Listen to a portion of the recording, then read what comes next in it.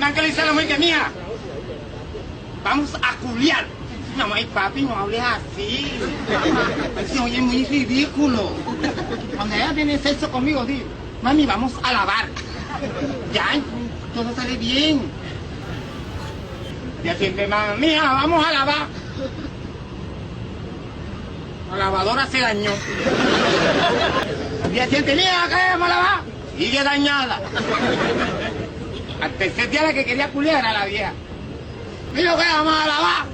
Mira, dijiste muy tarde que yo la lavé a mano.